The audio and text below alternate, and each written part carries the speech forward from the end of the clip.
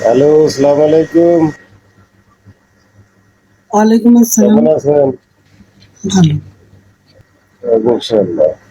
ঠিক আছে, কথা হইলো দুই চারটা। কই দুই থাকেন ভাইয়া? চারটার বেশি কথা কইতে গেলে তো আমি ওমান মাস্কেট থাকি। গ্রামের বাড়ি কোথায়? আমার বাড়ি নোয়াখালী বেঙ্গল থানা।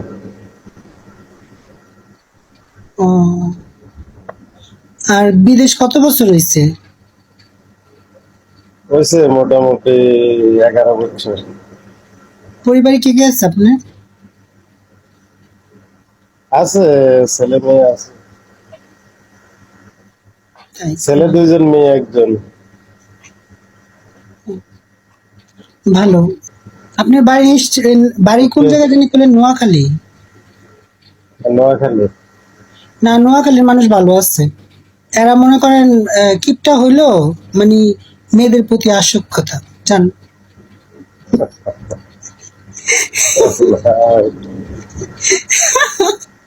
সত্যি কথা যেটা। যান যান। কিপটা না, কিপটা না।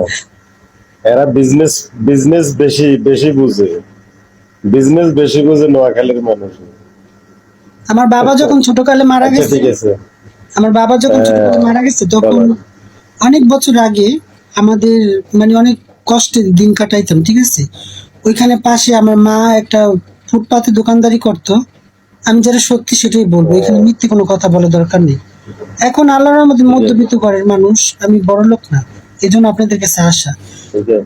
আ- বাবা মারা যাওয়ার পরে মানে ভেঙে পড়ছে একদম সবকিছু, সব মনে করেন, মানে ইনকাম করার কোনো লোক ছিল না। তখন বাধ্য হইয়া দোকানদারি করছে। সাইডে নোয়াখালীর একটা দোকান আছিল। সে খুব ভালো মানুষ আছিল, কিন্তু একটু কিপটা আছিল, ঠিক আছে। অনেক ভালো মানুষ ছিল। এর লেগে আমরা আমাদের দোকানটা দিতে পারছি। আর এর কারণে আজকে ঠিক আমরা আছে, সবাই এই কিপটা পর্যন্ত না। আইছি।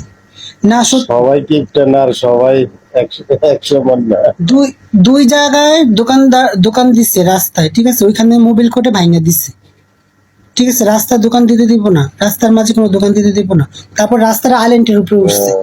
ওঠার পর আরেক জায়গা থেকে এরকম মানে ইয়া করে দিচ্ছে। পরে লাস্টে ওই নোয়াখাইলায় মনে করেন সাইডে দোকান দিতে দিচ্ছে। এমনি ভালো আছে, সত্যি কথা যেটা। ওর জন্যই আজকে আমাদের আল্লাহর রহমতে আল্লাহ আমাদের মুখ ফিরা তাকাইছে।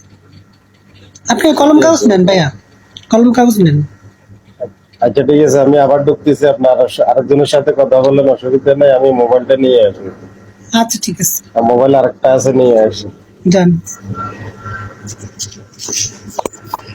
যাতে অন্যজনের সাথে কথা বলেন।